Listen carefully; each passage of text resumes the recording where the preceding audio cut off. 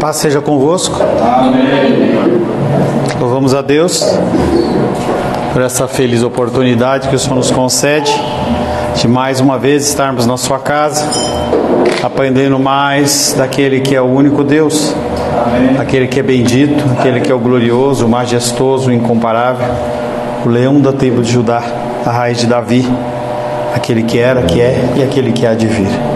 Nosso Deus, nosso bendito Deus, Deus que transcende épocas, eras, gerações e eternidades, e nos escolheu antes da fundação do mundo, escreveu o nosso nome no livro da vida do Cordeiro, um nome que não pode ser apagado, porque é a vontade dele, a vontade de alguém que constituiu todas as coisas. Em nosso último encontro estivemos meditando sobre o tema benignos e compassivos. Ele é o contrário, tá? Se você colocar no máximo, ele fica no mínimo. Sobre o tema benignos e compassivos. Mais duas exortações nos são apresentadas. Benignidade é a bondade em ação. Você tem o desejo de fazer o bem. Se você não o faz, você não é benigno. Então, antes da fundação do mundo, houve-se a intenção, e Deus, na sua bondade, Ele concede a morte do seu Filho para glorificar o seu nome, cumprir as Escrituras e nos salvar. Mas se Jesus não tivesse cumprido aquilo, não haveria a benignidade nessa ação. Ser compassivo é possuir ou demonstrar compaixão com os sofrimentos alheios. As pessoas sofrem, as pessoas padecem lutas e dificuldades, e nós temos que saber entender que cada um tem uma forma, um nível, uma velocidade de crescimento, e nós temos que ser pacientes com as pessoas e estar sempre dispostos a indicar o caminho correto, sempre dispostos a estender a mão às pessoas. Ter o Espírito Santo no coração leva naturalmente a pessoa a agir desta maneira, excluindo todas as obras da carne, como as que foram citadas na semana passada: amargura, cólera, ira, gritaria, blasfêmias e toda malícia. O verso que meditamos na semana passada, os versos, foi Efésios capítulo 4, versos 31 até capítulo 5, verso 2, que disse assim: longe de vós toda amargura e cólera, ira e gritaria e blasfêmias, e bem assim toda malícia. Antes, sede uns para com os outros, benignos e compassivos, perdoando-vos uns aos outros, como também Deus em Cristo vos perdoou. Antes, sede compassivos com perdoou. A benignidade e a compaixão se acompanham ao perdão, pois nós vivemos num mundo caído, pessoas que nos frustram, que nos maltratam, pessoas que falam mal de nós. Então é necessário que junto da benignidade e a compaixão também tenhamos a condição, o coração perdoador. Nós tentamos de alguma maneira defender a nossa pretensa honra. Pretensa porque a partir do momento em que nós aceitamos Jesus como nosso Senhor e Salvador, nós deixamos de ser escravos do mundo e de Satanás para sermos escravos do nosso Deus. E você não tem direito, você simplesmente conta com a misericórdia do Senhor em todas as suas ações. A palavra de hoje tem como título Ações de Graças no Falar. O modo que nós naturalmente nos comunicamos é a fala. E as pessoas, elas têm cada vez mais utilizado a fala de uma forma agressiva. Não é só você levantar a voz e gritar, mas como você fala, o que você fala, o momento em que você fala. A palavra de Deus, ela fala muito sobre a questão de graça, ou ações de graça, que é a condição de você reconhecer dentro dos seus caminhos, da sua vida, a ação benigna e bondosa de Deus em todos os nossos caminhos. Quero convidar você a abrir a palavra de Deus no livro de Efésios. Efésios capítulo 5. Nós vamos ler do verso 1 em diante.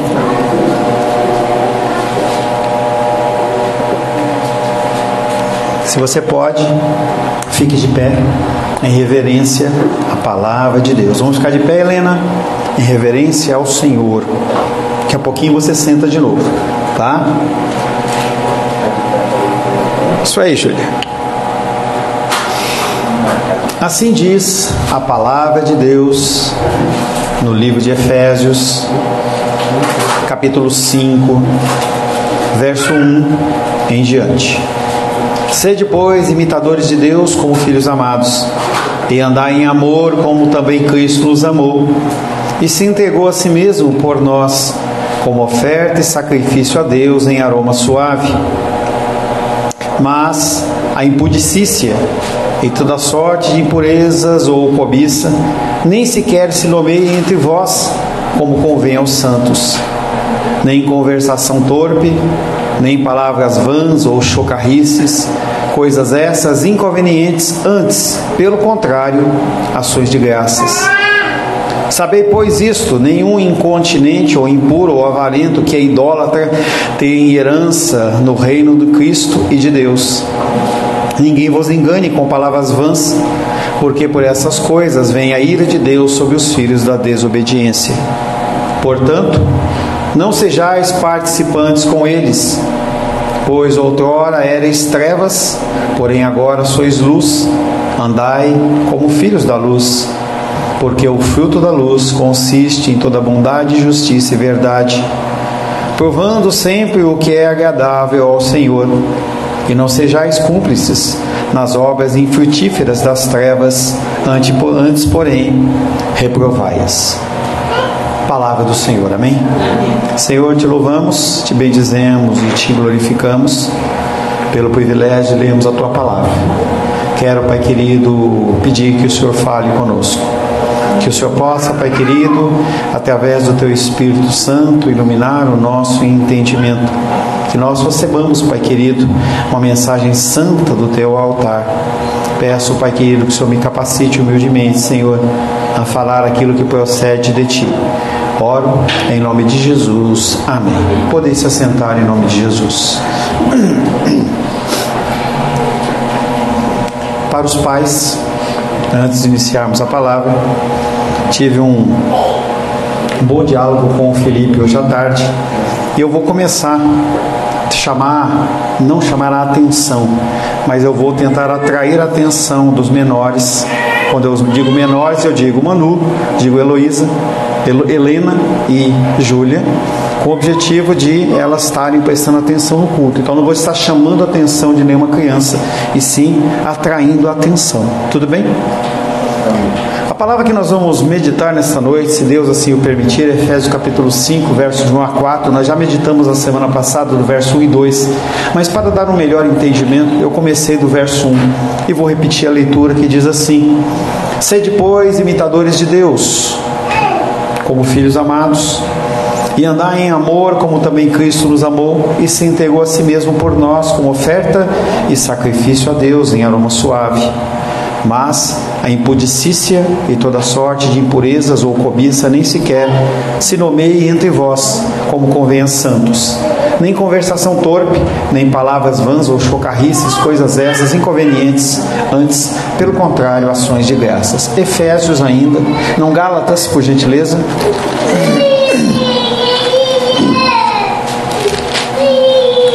Gálatas capítulo 5, verso 16 em diante, diz assim: Digo, porém, andar no Espírito, jamais satisfareis a concupiscência. 3 e 4, ele está falando sobre sexualidade. Já falei para vocês que o contexto da sociedade greco-romana da época eram temas de sexualidade, e o apóstolo Paulo, sempre que possível, ele trata desse assunto, e ele não poderia deixar de fora das exortações da igreja que fazia parte da comunidade nova do Senhor de falar desse tema. E de uma versão um pouco mais comum, digamos assim, o resumo desse versículo 3 e 4 é: não façam piadas acerca do sexo, mas sim deem graças por ele. Muitas pessoas olham para a condição sexual e acham que isso é uma imundície ou não se deve falar na igreja, e é por isso que a igreja muitas vezes está como está, porque as pessoas... Oséias? Qual que é o versículo? 6,6. O povo perece? Nós temos que buscar conhecimento. em todas as coisas.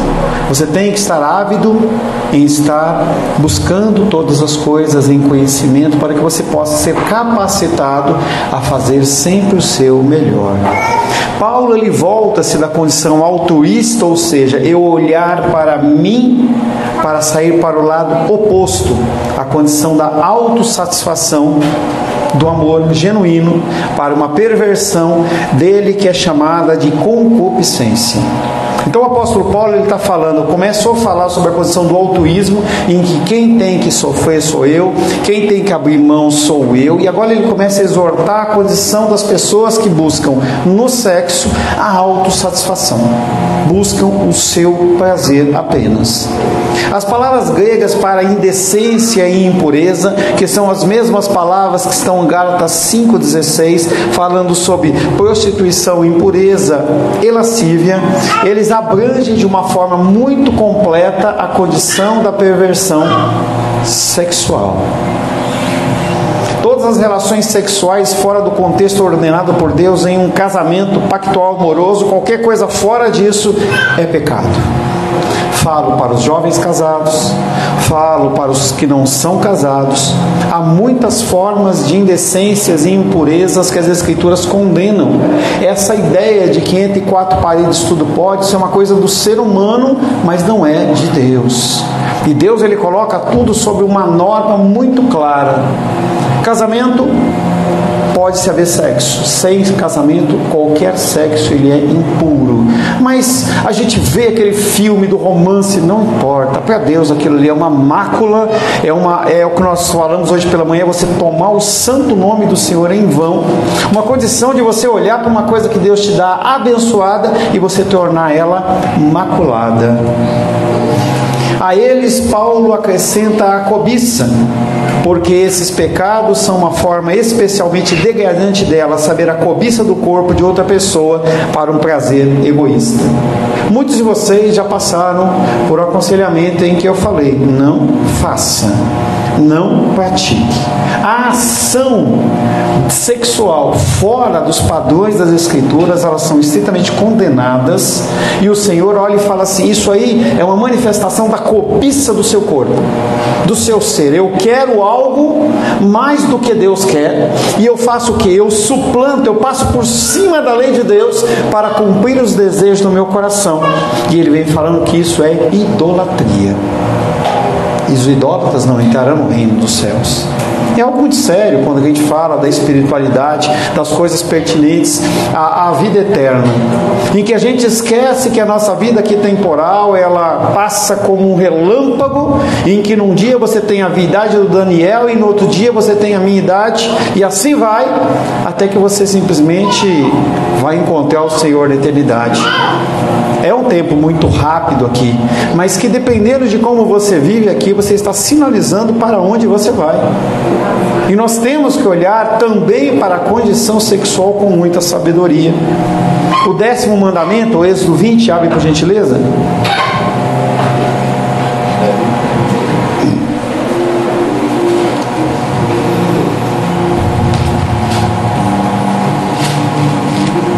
Êxodo 20, verso 17 diz: não cobiçarás a casa do teu próximo, não cobiçarás a mulher do teu próximo, nem o seu servo, nem a sua serva, nem o seu boi, nem o seu jumento, nem coisa alguma que pertença ao teu próximo. Essa condição da cobiça é uma condição de você querer ser satisfeito nas suas vontades. Quando você atrela a condição da cobiça com a condição da concupiscência, que é o desejo pecaminoso de todos nós no nosso coração, nós geramos o pecado. Ele está falando de sexo, mas pode ser qualquer outra coisa. Há outras passagens em que o apóstolo Paulo associa a cobiça à imoralidade. 1 Coríntios, capítulo 5. Oi? 1 Coríntios, capítulo 5, versos 9, 10 e 11. Diz assim a palavra de Deus: Já em carta vos escrevi que não vos associeis com os impuros. Pessoas que falam besteira, pessoas que falam de impureza sexual, nem se associa, não anda junto.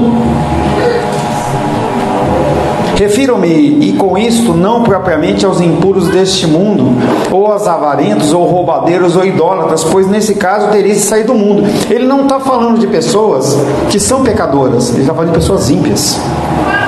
Mas agora vos escrevo que não vos associeis com alguém que, dizendo-se ser irmão, for impuro, avarento, ou idólatra, ou maldizente, ou beberrão, ou roubador, com esse tal nem ainda com mais.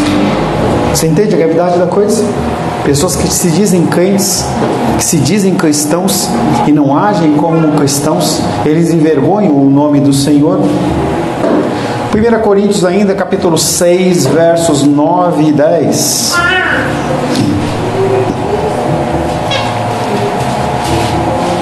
Ou não sabeis que os impuros não herdarão o reino de Deus? Impuros na área sexual. Não vos enganeis, nem impuros sexuais, nem idólatras, que querem a satisfação de si mesmo, nem adúlteros, ó sexualidade de novo, nem efeminados, nem sodomitas, nem ladrões, nem avarentos, nem bêbados, nem maldizentes, nem roubadores herdarão o reino de Deus. E mais uma vez, o apóstolo Paulo coloca o sexo ilícito na mesma linha de pessoas que roubam, de pessoas que são blasfemas, de pessoas malignas. Pô, pastor, mas é tão inocente. Para Deus não é. Colossenses capítulo 3, verso 5.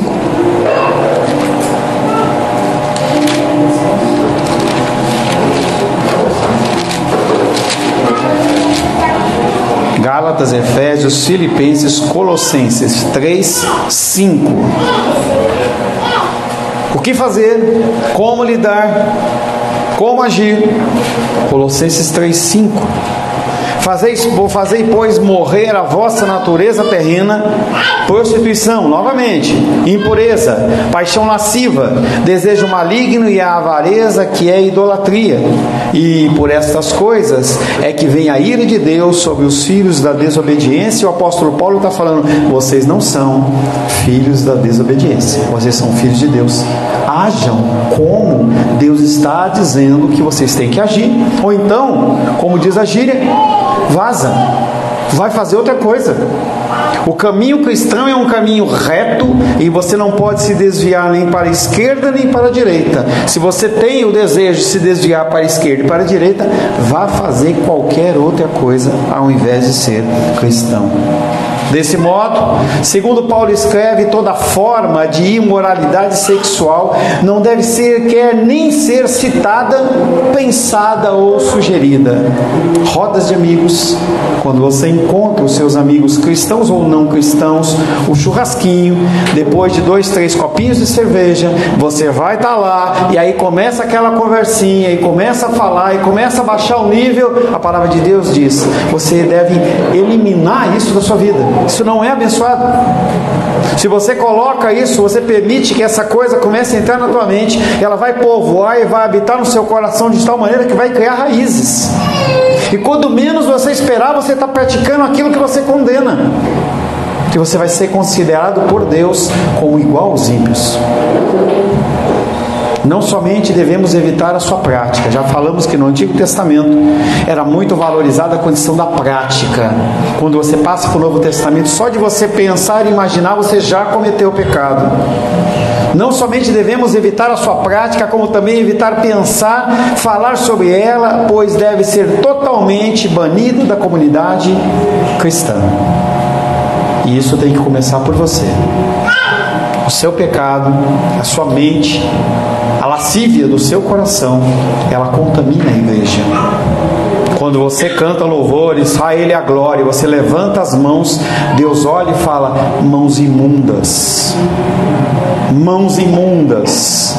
Que é exatamente o problema do texto de Ezequiel e outros textos que a palavra de Deus reclama, que eles vão lá oferecer adoração ao Senhor apenas com os lábios, mas com o coração longe de Deus. Falta de reverência, falta de amor, foi o que nós falamos bastante hoje pela manhã. Falta de temor do Senhor. Manu, vai quebrar o inário, Manu. Não devemos apenas evitar esta prática, mas devemos evitar pensar, falar sobre ela. Você se pega no pensamento lascivo, você pede perdão ao Senhor e começa a estabelecer um hábito na sua vida, que é a condição da busca da santidade. Não é algo que acontece automaticamente, mas é tudo um estabelecimento de um hábito. Você começa... Estava vendo um documentário com a Rosângela a respeito da longevidade, e um dos países é uma cidadezinha lá no Japão, lá Okinawa, e as pessoas elas têm uma média de vida, de longevidade de 87 para 120, vai embora. E aí uma das características das pessoas é que elas estabeleceram um hábito de comer até estar 80% satisfeito. Então quando eu percebo que eu estou ficando satisfeito, é a hora de eu parar. Eu não preciso encher a barriga, ficar estufadão. Hábitos. Nós deixamos estabelecer hábitos nas nossas vidas. E o cristianismo é um estabelecimento de hábitos. Esse padrão de baixeza era o padrão que era verdadeiro, era a realidade nas igrejas da Ásia, da qual o livro de Éfeso estava inserido. E visto que a deusa Diana dos Efésios era considerada uma deusa da fertilidade, orgias sexuais eram regularmente associadas à adoração a ela.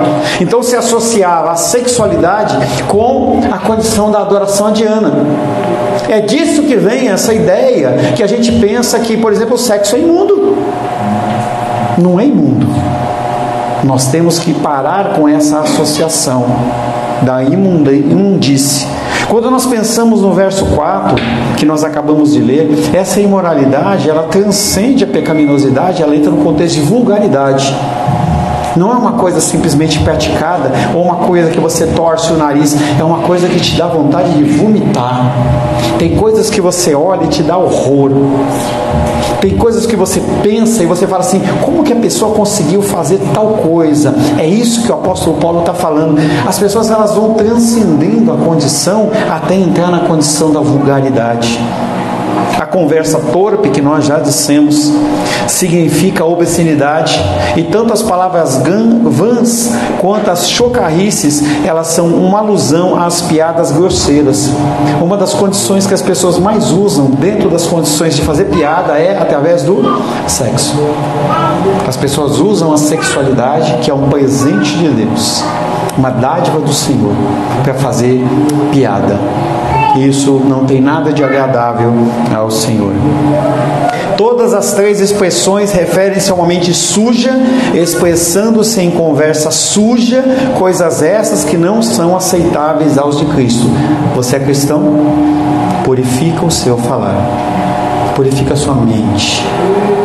Por muito tempo, por causa da minha vida antes do cristianismo, em que eu me envolvi com muita coisa de pornografia, a minha mente ela era cauterizada nessa área, e às vezes eu deitava e dormia e tinha aqueles sonhos que ia longe. Eu comecei a orar e falar, Deus, torna minha mente cativa ao Senhor. Me ajuda, Senhor, a ter esse discernimento, que quando a condição pecaminosa começar a se enraizar, eu tenho esse discernimento e eu pare, como o exemplo da alimentação. Mas tudo isso é um hábito. Se você está acostumado a dar vazão à sua mente, ao seu falar, ao seu linguajar, dificilmente você vai conseguir se controlar, porque já é algo natural do seu coração, já faz parte do seu ser. Antes dessas coisas, ao invés dessas coisas, o apóstolo Paulo diz que haja ações de graças, falar de coisas benditas, falar das coisas do Senhor, cantar louvores. Você tem cantado louvores na sua casa? Onde você anda? Não tenho nada contra. Eu vejo o Nicolas gostando lá do modão dele, eu gosto do meu rock, mas será que é só isso? Será que nós não podemos parar em algum momento nos nossos lares, no nosso labor, no nosso estudo e cantar um louvor ao Senhor? Por muito tempo eu tinha a condição de que qualquer coisa fora de louvor é pecaminoso, e o que acontece é que a gente faz as coisas por obrigação ou por medo, mas não é assim que Deus precisa, ou Ele não precisa de nada. Então quando você oferece um louvor espontâneo ao Senhor, é gracioso. O apóstolo Paulo fala, em vez de você ficar pensando nesse monte de besteira, trabalhe com ações de graça. Dar graças é um substituto para a vulgaridade, pois a impureza sexual e a cobiça expressam uma visão de vida egoísta, e ações de graças é exatamente ao contrário, é o antídoto. Quando você expressa ao Senhor ações de graça, você está reconhecendo o Altíssimo naquilo que está acontecendo, que você está fazendo. Não tem como. Você está associando uma condição pecaminosa de pensamento ou de ação, e você dá glórias a Deus por isso. Não dá para você imaginar você estar num prostíbulo ou vendo um filme pornográfico, você falando glória a Deus. Não encaixa as coisas. Por isso que a ação de graças, quanto mais ela é praticada, quanto mais é estabelecido essa rotina e esse hábito, ele vai fazendo com que aquele desejo maligno no coração, ele vá sumindo, ele vá reduzindo até que ele suma.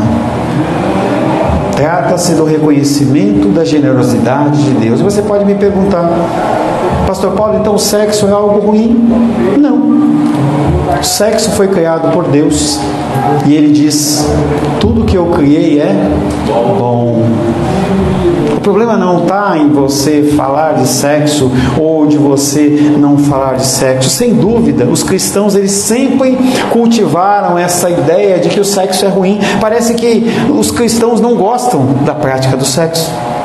Mas o que os cristãos não gostam ou não devem gostar é a vulgaridade, é a grosseria, e devem evitá-la. Não é porque temos um conceito distorcido do sexo ou porque temos medo ou vergonha dele, pelo contrário. Por conhecermos a Deus, por entendermos os seus desígnios, nós olhamos para as dádivas que Ele nos concede, inclusive essa, e nós glorificamos ao Senhor com um bom proceder, com um bom agir. Matrimônio é uma coisa abençoada quando feita dentro dos princípios do Senhor. Se você não faz dentro dos princípios do Senhor, é um caos. O sexo, ele não é uma moeda de troca. O sexo não é uma moeda em que você faz aquilo para acalmar ou para fazer as pazes. Não, é uma oferta de adoração ao Senhor. Todas as dádivas de Deus, inclusive o sexo, são assuntos para ações de graça e não para piadas. Fazer piadas a respeito delas vai fazer com que elas percam o valor. Quando você faz piada de algo, aquilo perde o valor. Parece que aquilo não é tão valioso assim. Eu posso rir, eu posso falar besteira, posso falar obscenidade, que está tudo certo. Dar graças a Deus pelas dádivas recebidas e as tratar como algo santo e precioso é um modo de reconhecer o seu valor. Por isso que ações de graças. Você tem que olhar para as coisas da sua vida e você tem que reconhecer Deus nelas. O respirar, o alimentar, o orar ao Senhor, participar de cultos, tudo tem que ser feito para a glória do Senhor, como uma oferta de gratidão a Ele.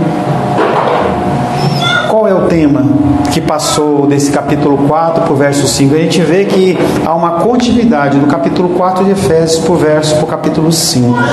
Esses capítulos 4 e 5, eles são uma convocação para a unidade e pureza da igreja. Nós temos que ser um só corpo. Se você tiver uma pessoa muito forte num lado do barco e uma pessoa muito fraca do outro lado, esse barco ele não vai se desenvolver. O desenvolvimento da igreja vem a partir do momento em que nós crescemos juntos, em que nós crescemos e buscamos realmente o conhecimento do Senhor. Algumas pessoas têm sido despertas a buscar mais de Deus. Por que você também não o faz?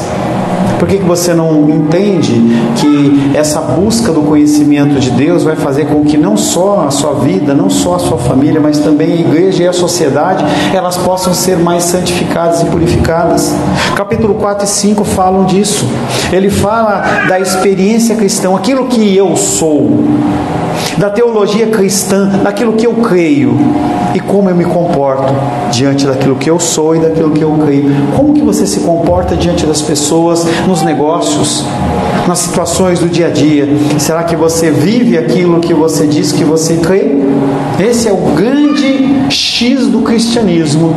Você praticar aquilo que você ouve e que você realmente acredita. Eu não estou dizendo para você praticar 100% das escrituras. Escolha um versículo. Escolha um versículo e tente praticar aquilo com afinco. Conseguiu vencer aquela luta? Passe para um próximo. O cristianismo é isso. É um crescimento paulatino, uma santificação progressiva, 1% a cada dia, melhorando. Você retrocede e você continua lutando para você avançar. Esses capítulos enfatizam que a existência, o pensamento e a ação nunca devem ser separados. Não existe um cristianismo apenas na igreja e depois da igreja você é outra pessoa. Não existe essa condição de eu ser uma pessoa aqui e uma pessoa lá fora. Aquilo que somos, pois, dirige a forma que pensamos. Como pensamos, determina como agimos. Somos a nova sociedade de Deus, um povo que se despiu da velha vida e vestiu a nova, e é assim que Ele fez com o novo. Será que você se vestiu de uma nova veste? Ou você continua apenas nu, pelado, sem a veste antiga? Não basta você tirar a veste antiga, você tem que vestir a veste nova. Devemos, portanto, relembrar este fato pela renovação diária da nossa mente. Não é algo que é apenas no domingo. Não é algo que é apenas um dia da semana ou um período de 1 hora à noite que você me ouve ou ouve a voz de Deus através de mim. É algo que tem que haver uma reciclagem diária. Você tem que estar o tempo inteiro buscando, conforme Romanos 12:2 diz, buscando transformação da sua mente. É você exposto a situações diversas e aí você vai reagir como? Lembre-se quando você estudava na escola. Tinha uma prova lá de matemática, o professor dava os exercícios lá e falava assim, olha, você vai ter que estudar tal tema, mas as questões da prova elas não eram iguais àquelas que ele passava, porque você tem que estar sempre renovando, você tem que entender o raciocínio. Quando você entende essa prática, você vai começar a tentar mudar a sua vida diariamente. Eu entendo isso e eu mudo. É o que eu já falei para vocês em relação à alimentação. Enquanto você não entender o princípio da alimentação, não adianta você ficar sem comer. Não adianta, gente, porque você está simplesmente se enganando. A comida cristã é a mesma coisa. Não dá para você comer e beber de 2, 3 fontes. Eu falo para vocês, cuidado com o que você ouve. No independente da patente espiritual, de quem quer que seja bispo, apóstolo, quem quer que seja, cuidado com o que você ouve. Aquilo pode contaminar, uma gota de veneno contamina 10 mil, 50 mil litros de água. E para você limpar isso depois é muito trabalhoso. Devemos, pois, viver ativamente a vida cristã. Nós devemos cultivar. Como que é o cultivo? Você vai lá, planta a semente, você tem que regar, tem que ver se há bichos, tem que ver se há muito sol sobre aquela plantinha, tem que se estudar as características daquela planta para que ela possa ser vigorosa ou não. Estávamos lá em Alto Paraíso e aí uma moça mostrou um cogumelo para a gente do cerrado, um cogumelo rosa, eu nunca tinha visto aquilo, rosa, e aí parecia uma rosa assim, e ela falou assim, ele não está tão bonito assim porque está em clima de seca, ou seja, precisava ser hidratado mais.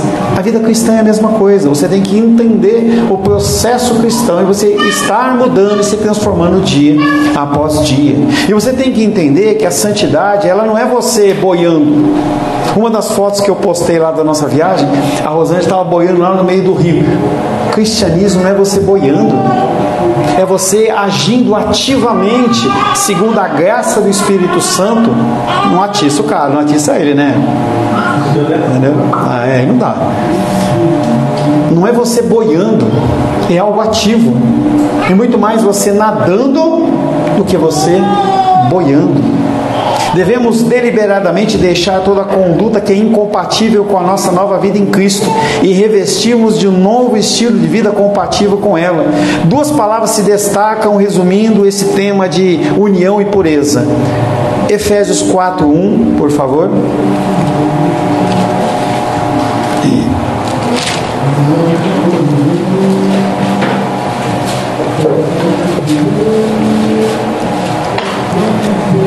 Rogo-vos, pois eu, o prisioneiro do Senhor, que andeis de modo digno na vocação a que fostes chamados. Paulo roga as pessoas a viver uma vida digna, uma vida conforme os padrões do Senhor. 5:3. Mas a impudicícia e toda sorte de impurezas ou cobiça nem sequer se nomeia entre vós como convém aos santos. Nem fala, nem pensa, nem pratica. É muito infeliz que a palavra santos ela tenha chegado a um padrão. Pessoas extraordinárias e realmente o foram, mas que hoje estão simbolizadas por estátuas com o rosto pálido, olhando para o céu, com uma auréola invisível naquilo ali. Santidade, santos é muito mais do que isso. Santos é você estar no meio das pessoas. Santos é você viver neste mundo. Santos é você ser um influenciador. Nós vivemos um contexto de influenciador. Nunca imaginei que iria haver a função ou o trabalho influenciador digital. Você não é um influenciador digital, mas você tem que ser um influenciador espiritual. As pessoas, elas estão prontas a ouvir. As pessoas, elas estão sedentas por você falar algo para elas. Elas não conhecem, elas não sabem. E os momentos de maior dor são os momentos que mais as pessoas se abrem. Aproveite os momentos de dor e dificuldade para dar uma palavra de conforto, falar desse Deus que você crê. Os santos, na verdade, são todos os que são de Deus, que foram reconciliados a Ele e uns com os outros. Por isso, certos comportamentos, eles são dignos ou convêm, e outros não são. São inconvenientes e inapropriados. 1 Coríntios 6,12. 1 Coríntios 6,12.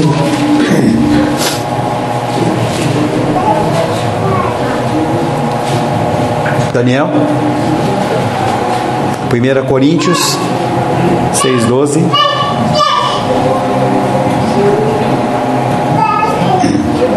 Diz assim: todas as coisas me são lícitas, mas nem todas convêm.